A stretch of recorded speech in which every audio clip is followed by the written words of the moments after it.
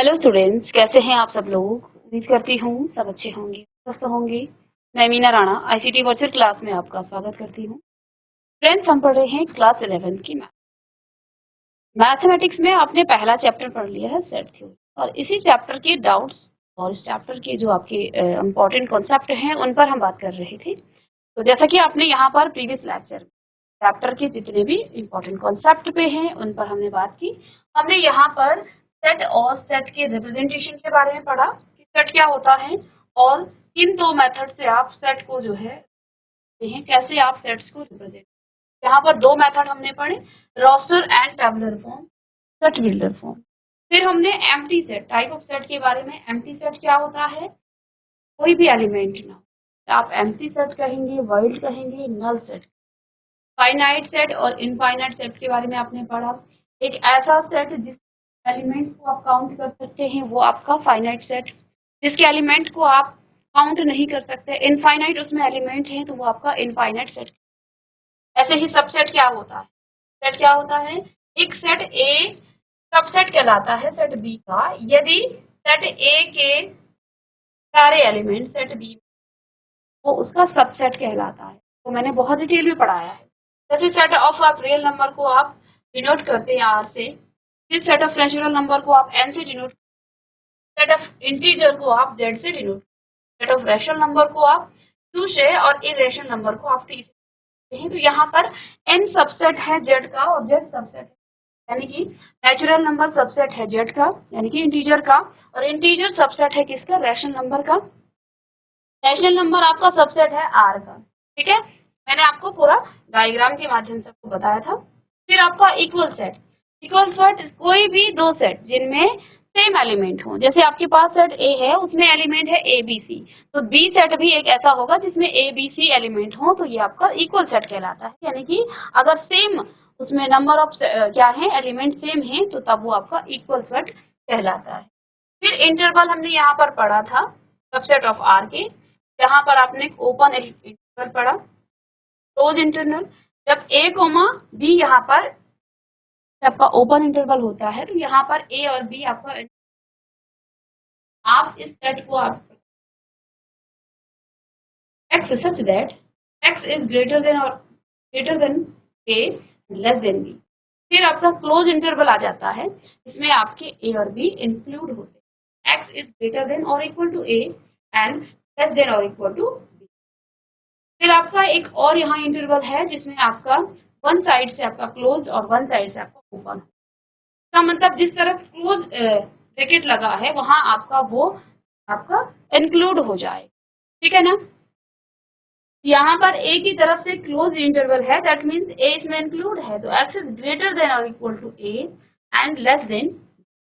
फिर ए की तरफ से यहाँ से आपको ओपन इंटरवल, यहाँ क्लोज है, x is greater than A and less than और इक्वल टू बी। ठीक है, फिर हमने पावर सेट पढ़ा। तो पावर सेट क्या है, the collection of all subset of a set A is called power set. यानी कि जो आपके पास सबसेट है उन सबसेट का आप तमाम सबसेट सेट का आप क्या बनाएंगे, कलेक्शन बनाएंगे, वही आपका पावर सेट होता है। पावर सेट निकालना है 2 रेज़ टू द। फिर हमने कल की क्लास में आपको यूनिवर्सल सेट के बारे में और वेन डायग्राम। डायग्राम क्या होता है, एक डायग्राम है जो आपका रिप्रेजेंट करता है रिलेशनशिप के सेट्स के बीच। जैसे यहाँ नेचुरल नंबर, होल नंबर और इंटीजर के बीच हम क्या कर रहे हैं, आपका रिलेशनशिप बता रहा है कि नेचुरल नंबर सबसे छोटा है, उसके बाद आपका होल नंबर है और फिर आपका इंटीजर। तो इस तरह से ये जो है दो सेट्स के बीच का रिलेशनशिप आपको बताएगा। और आज की क्लास में आप हेडिंग डालिएगा ऑपरेशंस ऑन सेट्स। आपने वेन डायग्राम की बात यहाँ भी पढ़े। चलिए, union of a set first लिखेंगे, union of a set. Union of a set क्या होता है, the union of two given sets A and B is a set C which consists of all those elements which are there in A or in B. Symbolic, in symbols we write C is equal to A union B, that means X such that, ये आपका such that है, X belongs to A और X belongs diagram के माध्यम से आप इस प्रकार से लिख सकते हैं, यहाँ पर इसको समझेंगे इस definition. The union of any two given sets A and B is the set C, यानी कि दो सेट ए और बी का जो यूनियन है उसे आप क्या कह सकते हैं, सेट सी कह सकते हैं। दोनों का जो यूनियन है इन दोनों सेट का, उसे आप कोई सेट सी। अब ये यूनियन कैसे होगा कि यदि जो है all those elements which are either, ये सभी एलिमेंट या तो ए में हो या यहाँ पर जो है आप क्या लिख सकते हैं, C is equal to A union B is equal to x such that x belong, और यहाँ पर और शब्द देखिए ये लिखा है एक्स बिलोंग। ठीक है, अब मैं इसको समझाने से पहले हम इसे एक एग्जाम्पल से समझेंगे। Union of a set,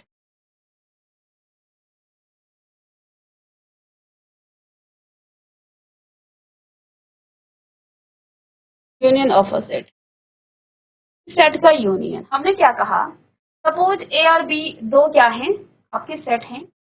A is equal to आपके पास क्या है 1 5, ठीक है, और बी सेट आपके पास कोई है, और बी सेट के एलिमेंट जैसे सपोज 4 और 6 8 बी सेट है। अब यहाँ पर हमने क्या कहा, ए यूनियन बी आप क्या लिखेंगे, कि सपोज आपका कोई सेट है जो कि सी ए यूनियन, यहाँ आप क्या करेंगे, देखिए यूनियन का मतलब आप जानते हैं 1 2 3, यानी कि देखो सारे एलिमेंट आएंगे यहाँ पर 1 2 3 4 5 6। तो आपका जो सी आपका एक नया सेट बना जो कि ए यूनियन बी का सेट है। अब यहाँ पर ये एलिमेंट या तो 1 belongs to A and 2 belong to B, 1 या तो ए में होगा या तो बी में होगा, यानी कि इस सेट सी में, यूनियन के सेट सी में जितने भी एलिमेंट होंगे वो या तो सेट ए में बिलोंग करेंगे या तो फिर, तो यहाँ पर एक्स आपका क्या होगा, या तो ए में होगा और इन दोनों में से, और एंड में यहाँ पर आप फर्क देखें। के बाद मैं आपको इंटरसेक्शन बताऊंगी तो आपको फिर समझ में आएगा कि मैं ऐसा क्यों है। यहाँ पर ये जो एलिमेंट है सेट सी के, वो या तो सेट ए का एलिमेंट होगा या तो बी का होगा। ठीक है, तो ये यूनियन है। ऐसा नहीं है कि एक एलिमेंट, सपोज आपके पास यहाँ पर जैसे या फिर हम कोई और सेट ले, एक्स कोई सेट में एलिमेंट 1 2 3 4 एक्स, ठीक है, और y आपके पास कोई दूसरा सेट है, में भी आपके पास 1 2 6 5 इस तरह से है। ठीक है, तो अब आप कोई z कोई सेट है, सपोज इन दोनों का जो है यूनियन, यानी कि x और y का यूनियन आप निकाल, इस प्रकार से आप लिखेंगे। देखें यहाँ 1 है, यहाँ भी 1 है, तो आप 2 बार 1 नहीं लिखोगे, एक ही बार आपको लिखना है, क्योंकि सेट में आपके एलिमेंट्स रिपीट नहीं होते हैं, ये आपने सेट में पढ़ा है, सेट में आप एलिमेंट्स को रिपीट नहीं करते हैं। ठीक है, तभी तो आप जैसे मैथमेटिक्स की आप क्या करते हैं, जब आप इनके सेट में लिखते हैं तो m आपका एक ही बार आता है, यानी कि इसमें कोई भी एलिमेंट रिपीट नहीं होगा। ठीक है, तो ये भी एक सेट है, यहाँ 2 आया है, यहाँ भी 2 आया है, लेकिन एक ही बार आप लिखेंगे। 3 है ए सेट में, 4 है यहाँ, फिर आपका 5 है और 6 है, इस तरह से। ठीक है, तो ये जो है आपका क्या आ जाएगा, ये सेट आ जाएगा, और ये इन दोनों सेट्स का ये यूनियन है। अब आप समझे यूनियन क्या होता है। अब यहाँ से आप डेफिनेशन को समझ पाए। हमने कहा the union of any two given sets A and B is the set C which consists of all those elements which are either in A or in B, या तो वो A सेट का element होगा या वो होगा। That means in symbol आप उसको इस तरह से लिख सकते हैं, C is the union of A and B is equal to X such that X belongs to A और X belongs to B। X जो है, X क्या है यहाँ पर? X आपका C सेट का एलिमेंट है, वो कोई सा भी एलिमेंट हो सकता है, फॉर ऑल के लिए ये, ठीक है। For all X belongs to A और X belongs to B, ठीक है। X या तो आप, अब डायग्राम हम कैसे बनाएंगे? इस तरह से। अब यूनियन में आप देखिए ऐसा भी हो सकता है, कुछ एलिमेंट्स आपके कॉमन भी हो सकते हैं, तो कॉमन एलिमेंट्स को आप, कॉमन पोर्शन को आप इस तरह से दिखा सकते हैं। ये जो एलिमेंट है, सपोज जैसे हमने पीछे क्या लिखा है, सेट ए में जैसे आपका 1 2 3 1 1 2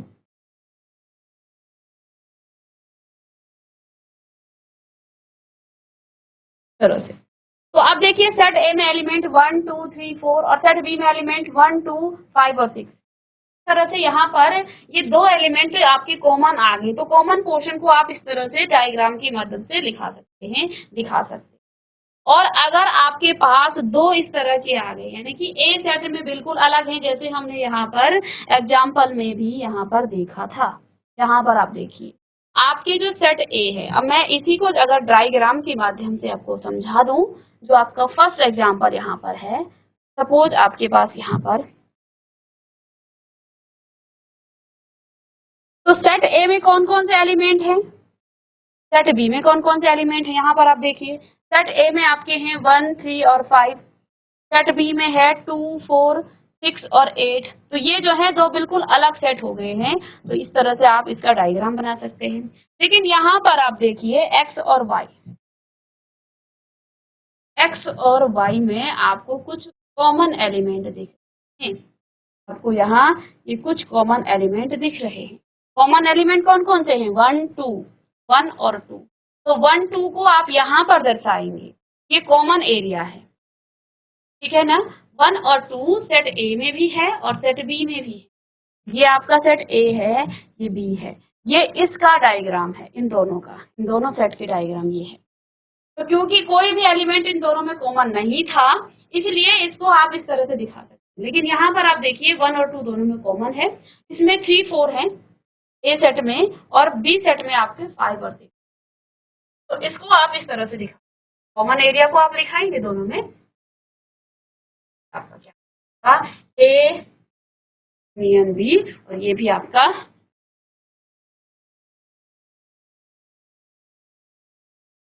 इस तरह से आप, चलिए अब यहाँ पर भी आप देख लीजिएगा कि आपके, ये तो यूनियन की बात होगी। लेकिन अब हम बात कर रहे हैं प्रॉपर्टी, कुछ प्रॉपर्टीज यहाँ पर आपके यूनियन में दी गई हैं। Some properties of the operation on union, जब आप यूनियन का ऑपरेशन करते हैं तो यहाँ पर कुछ प्रॉपर्टीज आपके साथ। पहली प्रॉपर्टी है आपके पास first, A union B is equal to B union A. बोला जब प्रॉपर्टी का मतलब ऐसा होगा ही होगा, आपने ए का यूनियन बी से किया या बी का यूनियन ए से किया, बोला ये दोनों इक्वल होते। अब क्या ये बात सच है? एक एग्जांपल से इसको समझेंगे। इन्होंने कहा A union B, first property आपके पास है A union B equal to B union A, ऐसा होगा। अब क्या ये होगा, ये हम यहाँ देख लेते हैं। लेट सपोज आपके पास यहाँ ए सेट है, ए सेट में आपने रखा ए बी सी, कुछ भी आप रख सकते। बी सेट में आपके पास एलिमेंट हैं ए सी डी ई, तरह से। अब आपने ए यूनियन बी निकाला, ए यूनियन बी, तो यूनियन की डेफिनेशन क्या है कि ए और बी के सारे एलिमेंट इसमें आ जाते। तो ए है, सेट में दोबारा रिपीट नहीं होता है, बी है कॉमा, फिर सी है, कॉमन है लेकिन सेट में एलिमेंट को आप रिपीट नहीं करेंगे, फिर डी है और फिर आपका ई है। ई के बाद आपका यहाँ डी है और डी के बाद आप यहाँ, तो ये तो आपका ए यूनियन बी हो गया। अब आपको यहाँ पर क्या करना है, बी यूनियन ए निकालिए, दोनों ही सेम आ जाए तो आप कहें कि प्रॉपर्टी आपकी बिल्कुल सही है। चलिए अब हम करते हैं बी यूनियन सी। बी के एलिमेंट आप लिख लें, यहाँ इस तरह से भी लिखेंगे आप डिटेल, ए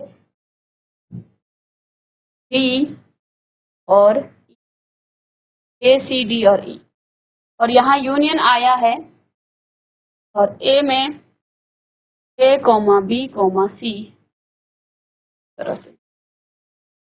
तो अब क्या हो जाएगा, देखो ए इसमें भी है इसमें भी है, तो दोनों एलिमेंट कॉमन हैं, एक ही बार आता है सेट में। सी यहाँ है, बी यहाँ है, यहाँ नहीं है, कोई बात नहीं, पहले आप बी लिखें, फिर आप सी लिखिएगा, दोनों में कॉमन है तो एक ही बार लिखेंगे, फिर आपका डी आ गया और फिर आपका ई आ गया है। तो अब आप देखिए इक्वेशन नंबर 1 और इक्वेशन नंबर 2 है नहीं, इक्वेशन नंबर 1 और इक्वेशन नंबर 2 है, दैट मीन्स यहाँ पर हेंस प्रूव दैट कि A union B is equal to B union C, A हो जाएगा। तो ये आपका प्रॉपर्टी नंबर 1। तो लिखिएगा प्रॉपर्टी नंबर 1, यदि आपने दो सेट का यूनियन किया, सेट को रिवर्स करने से आपको कोई फर्क, आपने सेट को रिवर्स भी कर दिया तब भी उस पर कोई फर्क नहीं पड़ेगा। ये छोटा सा उदाहरण था। नेक्स्ट जो प्रॉपर्टी है, द नेक्स्ट प्रॉपर्टी है आपके पास ए यूनियन फाई, सॉरी ये आपके पास यहाँ ए यूनियन बी और ब्रैकेट में union C is equal to A union B, ये भी आपके पास एक प्रॉपर्टी है। चलिए नेक्स्ट प्रॉपर्टी आपकी है, क्या कहा इन्होंने, सेकंड प्रॉपर्टी बोला ए का यूनियन जब आप बी के साथ करेंगे, इन दोनों को करेंगे, इसका भी यूनियन आपने सी किसी सेट के साथ कर दिया, बोला ये जो है ए यूनियन सी यूनियन। अब ये ब्रैकेट क्या बताता है कि पहले आप ए और बी का यूनियन करेंगे और यहाँ आप पहले बी और सी का यूनियन करेंगे, ठीक है। अब क्या करते हैं, यहाँ पर हम ए बी और सी को कुछ, सपोज मैं बहुत छोटे एलिमेंट ले रही हूँ 1 2 सेट में है, कि मैं आपका जैसे 4 और 5 है और सी में आपका जैसे 6 और 7 एलिमेंट है, तो से मैंने दो एलिमेंट सब में ले लिए। तो आइए अब इनमें रखिए यहाँ A union B, that means 1 2 का यूनियन करना है किससे, 4 5 से, ओके। और इसको आप ब्रैकेट के अंदर बंद कर दें अकॉर्डिंग टू दिस। इसका भी आपने यूनियन साथ 6 7 के साथ, 6 7 के साथ। राइट हैंड साइड में आपके पास क्या है, ए को अलग कर दे 1 2, इसको अभी आप कुछ नहीं करेंगे यूनियन, यहाँ बी आपके पास है 4 5 और का भी यूनियन हुआ है किसके साथ, 6 7 के साथ, ठीक है। और इसको ब्रैकेट में आप बंद कर दें। तो हम क्या करते हैं, पहले ब्रैकेट वाली चीज को करते हैं, ठीक है ना, पहले जो ब्रैकेट के अंदर है उसको करेंगे, इन दोनों का यूनियन कीजिएगा, तो क्या हो जाएगा 1 2 4 5, ठीक है। अब इसका यूनियन करना है आपके साथ, अब ब्रैकेट हटा दीजिए, सॉल्व कर दिया है, इसका यूनियन करना है आपने 6 7 के साथ, इज इक्वल टू यहाँ पर भी आप 1 2 को एज इट इज यूनियन 4 5 6 7, ठीक है, इस तरह से करेंगे। अब देखिए इस 1 2 और 4 इस दोनों का यूनियन कीजिएगा, 1 2 4 5 6 7, इन दोनों का यूनियन करने पर ये आ गया है। कोई भी एलिमेंट आपका रिपीट नहीं होना चाहिए, इधर भी आप करिएगा 1 2 4 5 6 7। अब आप देखिए लेफ्ट हैंड साइड आपका क्या आ गया है, राइट हैंड साइड। तो इस प्रकार से आपने ये कहा कि अगर आपने दो सेट का एलिमेंट पहले किया और फिर तीसरे सेट के साथ उसका यूनियन किया, ठीक है। ऐसे ही यहाँ ए का बी यूनियन, यानी पहले आप यहाँ बी और सी का और किया, हम सॉल्व करते हैं तो दोनों जो है इक्वल ही आते हैं, तो तब भी ये जो है आंसर आता है left hand side is side. चलिए सेकंड प्रॉपर्टी भी आपने यहाँ पर कर ली। थर्ड प्रॉपर्टी क्या है, A union phi is equal to A. अब ए यूनियन फाई, ए कोई सेट है, इस सेट में जितने भी एलिमेंट होंगे उसका आप यूनियन कर रहे हैं फाई। फाई का मतलब इसमें कोई एलिमेंट ही नहीं है तो वो ए ही आपके पास आएगा, ठीक है। तो ये आपका यहीं से हो गया। फिर देखिए ए यूनियन ए बराबर यू, ए कैसे, ए सेट आपके पास सपोज ए बी और सी इसमें एलिमेंट है, ठीक है, और ए का यूनियन आप ए से कर रहे हैं, तो देखो ए सेट में ए बी और सी एलिमेंट है तो इसका यूनियन भी क्या हो जाएगा, ए बी और सी, दैट मीन्स ये भी आपका ए हो जाएगा, क्योंकि किसी भी सेट में हम एलिमेंट्स को रिपीट नहीं करते हैं, कि हम एलिमेंट्स को रिपीट नहीं करते हैं तो ए का यूनियन आप ए के साथ करेंगे चाहे बी के साथ करेंगे वो आपका ए ही आएगा बी ही आएगा, तो इससे कोई फर्क नहीं पड़ेगा, एलिमेंट्स को रिपीट नहीं किया जाता है सेट में, इसलिए ये आपका इतना आप लिख लीजिएगा, डायग्राम से आप कैसे इनको दिखाते हैं और प्रॉपर्टीज आपने यहाँ पर करें साथ में उदाहरणों के साथ, तो आप